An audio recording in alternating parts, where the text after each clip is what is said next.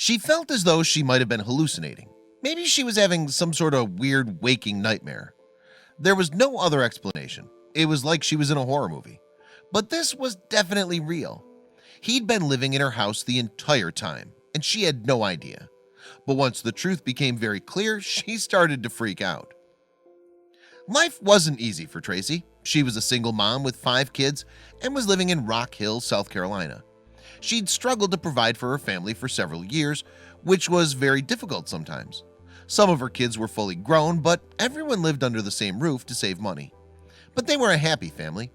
Then something happened that would prove to be a potential threat to everyone's existence.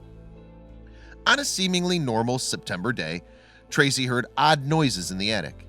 She immediately assumed it was an intruder, but she always made sure to lock her windows and doors. She did this because she and her family lived in a bad part of town where burglaries were common. She saw no evidence of a break-in, so she figured it was her mind playing tricks on her. But soon she started to realize that perhaps it wasn't her imagination after all. Tracy continued hearing random noises coming from the attic. This continued for several days.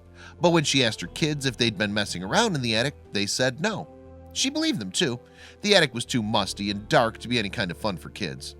She rarely went to the attic unless she wanted to store something up there. But when the noises didn't stop, she came up with a theory of her own. One day, Tracy noticed that the sounds kept moving from one room to the next, but she might have missed that if she hadn't been cleaning the house. She assumed a raccoon or a possum had made their way inside and was living in the attic. If that was the case, then she'd have to contact animal control. Unfortunately, it was a Saturday and they were closed on weekends, so she figured she'd call on Monday. But the source of the noise in the attic had other ideas. It was around 2:30 a.m. that night when a creaking sound woke Tracy up. It came from the ceiling and it was followed by thumping sounds on the floor of her bedroom. She looked down and despite the dimness, she noticed a bunch of nails on the carpet. It dawned on her that those nails were coming off the ceiling boards. She was frozen with fear. Whatever was up there, it wasn't a raccoon or a possum. Tracy thought there was some poltergeist stuff going on, but she was too scared to go up to the attic and check. So she hid under the blanket and did her best to slip back into a deep sleep.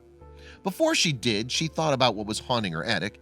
She didn't want to go on like this, so the following morning, she decided to get to the bottom of things. When she woke up, Tracy learned that her nephew had stopped by to visit her 2 grown-up sons at the house. Having 3 young men there put her mind at ease.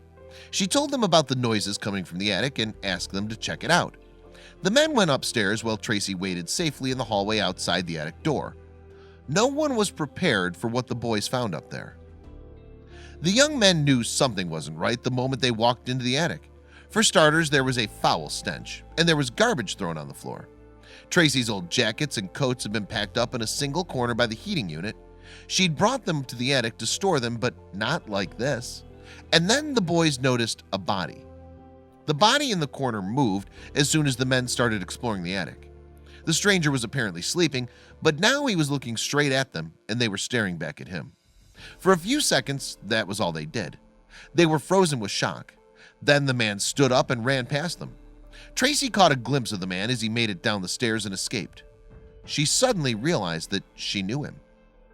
The family immediately called the cops, but by the time they arrived, the intruder was gone.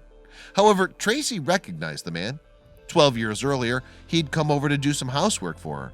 She even dated him for a little while. Unfortunately, he had a history of criminal tendencies which forced her to break up with him. But the man didn't handle the breakup well and tried to get back at her.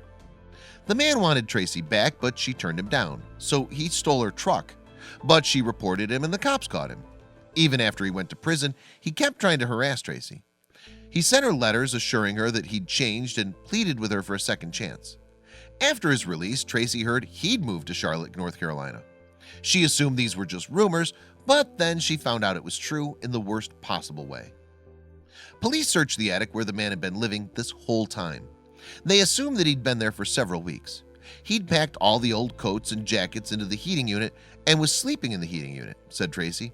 They even found a bunch of plastic cups he used to relieve himself, which was also the source of the foul stench.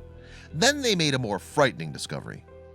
Authorities discovered that the man had reconfigured the air vents on the ceiling so he could spy on Tracy while she was in bed. Tracy was horrified when she learned that she'd been spied on. "It's got me flabbergasted," she said in an interview. "How can you look at someone through an air vent?" But they still had no clue how he broke into the house or how he got in the attic. The only available access was the hallway door between her kid's bedroom, and the threat wasn't over. Authorities know the man's identity, but he's managed to evade them. For the time being, he remains at large.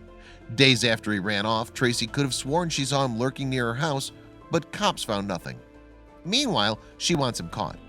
"I want him to be charged with it," she explained. "It could be somebody else he's done the same thing to, but she might not be so lucky."